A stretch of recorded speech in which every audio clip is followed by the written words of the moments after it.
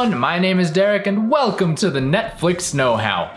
Well, we finally made it. We have reached the end of AniMay, and to finish things off, to culminate the whole thing, we are going to be covering the one, the only Death Note, the Netflix live action movie. Let me explain. So when I came up for the idea for AniMay month here, it was always my intention to cover the Death Note anime as sort of the big finale of it all, but I kind of wanted to do it in a sort of unique way because of the movie, so I came up with this plan. I decided that what I am going to do is I am going to watch the movie first, which is what this video is going to be about. That's what I'm reviewing right now. And the reason I'm doing this is because I wanted to watch the movie and sort of talk about it on its own terms. I had heard a lot of negative things about the movie and it's received mixed reviews at best. And so I mostly wanted to watch this movie just to see how it works as a film on its own merits, regardless of its association to the anime. After this, I am going to watch the anime in its entirety and then I'm going to review that. And then to finish the whole thing off, I am going to rewatch the movie and review it one more time, this time having the context of the anime in mind and see how that changes my opinion on the film, if at all. So with all of that said, let's jump right into Death Note, the live action movie. It's bad. So very bad. I guess I'll go ahead and talk about the good things first, although there are very few of them to cover. The movie definitely has a very impressive and distinct visual style. It makes really good use of shadows, the cinematography is fantastic, there's lots of really cool and interesting shots and angles that they use, and I really loved the look of this movie. This is also a very high energy movie, and it doesn't really have a whole lot of boring moments in it, even if a lot of those moments aren't necessarily great. Finally, the design and look of Ryuk, the Shinigami Death God, is actually really good, and so I appreciated that they took the time to make him look nice and really make sure he fits into this world. I do think Willem Dafoe as Ryuk was fine as well. He's very underutilized in this movie, I thought, but he does a good job. Anything else I can think of? Not really.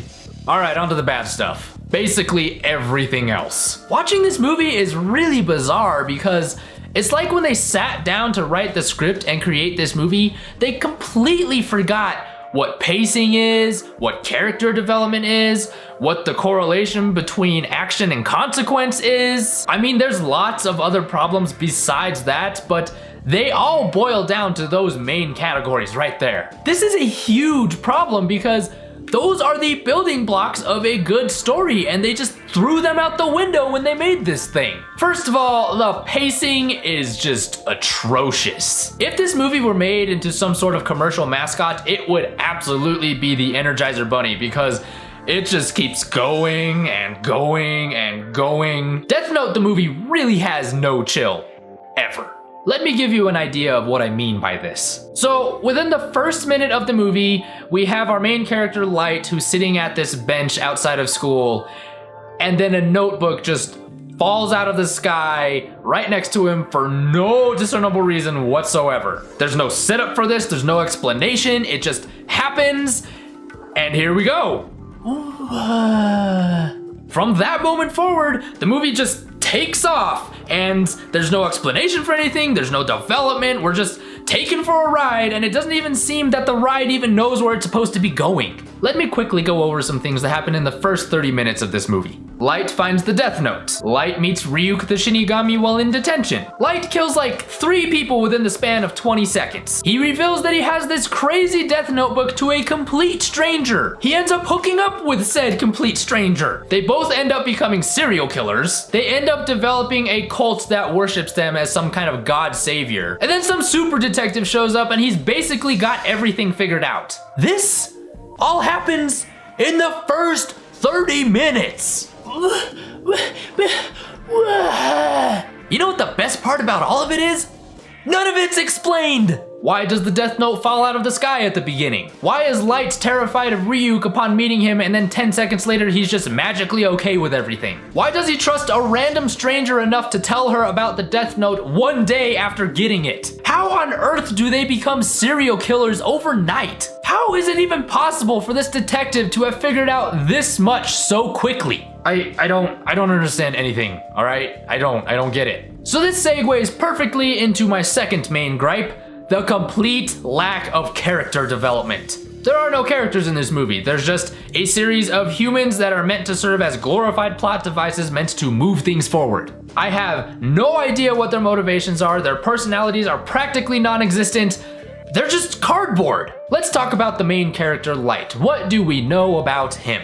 Well, let's see. He's a high school student. He's not very popular. He does other people's homework for money. His dad is a cop. Oh, and his mother was killed by some mysterious gangster for whatever reason. I mean, I guess that last little detail does motivate the very first name that he writes in the death note, but other than that,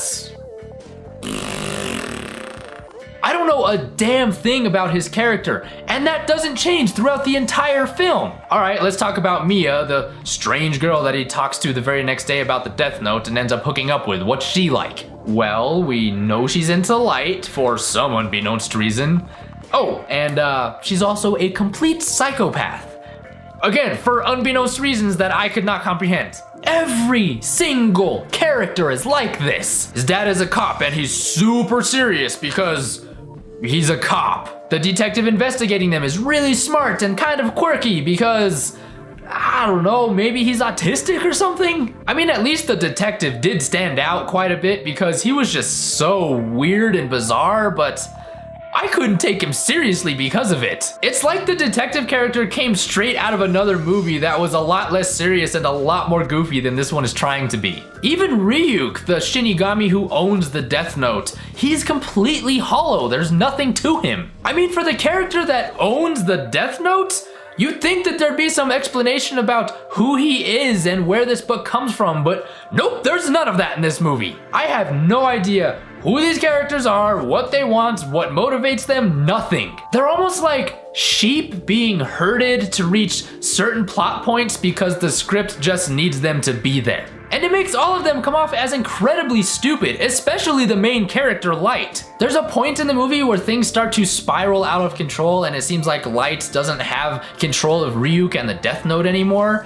And it's so obvious who is actually pulling the strings, unless you're Light, who for him, everything just goes whoop right over your head. Like, how can you not see this, Light? Come on. There's only 2 people that have access to the Death Note, and you're one of them, Light. Oh, and this genius detective that is so smart, he was basically able to figure everything out right away, is so brilliant that he managed to get his right-hand man kidnapped and killed. Way to go, buddy. You are really smart. I mean, seriously, what did you think was going to happen? If you back them into a corner, they're gonna take some drastic measures. It's all so dumb, and none of their actions and decisions make any sense. At the end of the movie, Light and Mia eventually find themselves put into a position where they have no other options and it looks like things are going to end badly for them.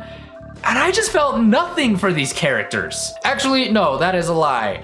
I felt overwhelming joy because I hated them so much. And this brings me to the issue of actions and consequences, a concept that this film and the filmmakers clearly have no idea of. There's a really cool lecture given by the creators of South Park, Trey Parker and Matt Stone, talking about this idea of cause and effect in storytelling. And I'm going to link that in the description, and you should definitely check it out because it's important when I'm talking about what is wrong with this movie here. The main gist of it is that actions lead to consequences. Actions need to drive the plot forward. They need to be the reason that things happen. Events in a story don't just happen out of nowhere. Something caused them to happen. Something that a character did made that event take place. The Death Note movie doesn't know how to do this. Don't get me wrong, lots of things happen in this movie.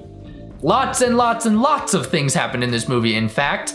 But despite that, it feels like none of them are the direct result of something that had happened before. And the few things that do actually happen because of a character's actions are plagued by lazy writing and dumb characters. I mean, I'm just gonna put it bluntly, I didn't give 2 shits about anything that happened in this movie. I had a feeling the movie was going to be like this too in the very first minute when the stupid book fell out of the sky and there was no explanation for it there and there was no explanation for it anywhere else in the movie. When your detective character, the one who is supposed to be investigating things and using his deductive reasoning to move forward, just magically has epiphanies that come out of nowhere, you have failed to create an engaging and meaningful story. No, this is not even a story. This is basically just a series of random events that happens to be about a notebook that kills people. And to top things all off, the tone is a mess too. I honestly couldn't tell you if this movie was trying to be funny or serious or slapstick or brooding. It's about kids who are committing mass murder. They've become serial killers.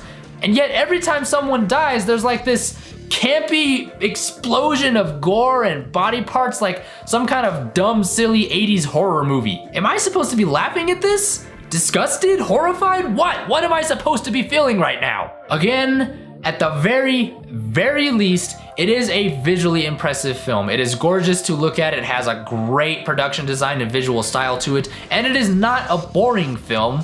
It is exciting in parts, and you're never going to be falling asleep to this. It's just, you're not going to be enjoying it. I mean, outside of the visuals and the excitement level, it is such an incompetent film on every other level, and it has nothing to do with it being unfaithful to the source material. Death Note isn't an exercise in how not to make an adaptation of an anime. It's an exercise in how not to make a movie, period. So, Ryuk, Mr. Death God Shinigami person, if you happen to have some free time, I have a few names I would like to add to that notebook of yours. Thumbs down. Thank you so much for watching. I appreciate every single one of you. So yeah, the Death Note movie was pretty bad. It was actually a lot worse than I was expecting it to be. And you know, again, I had heard some bad things about it, but I didn't really know anything about the Death Note anime outside of the main premise of it, and so I thought, maybe it'll just be a good movie on its own. It's not. It's just, it's such a mess. It's so incompetent. It's so awful. It's amazing how awful it is. It's like a wonder how awful it is. So maybe it's worth watching just to see how bad it actually is. I don't know. That's up to you. Anyway, next episode, I am going to be reviewing the Death Note anime, so be sure you tune in for that one.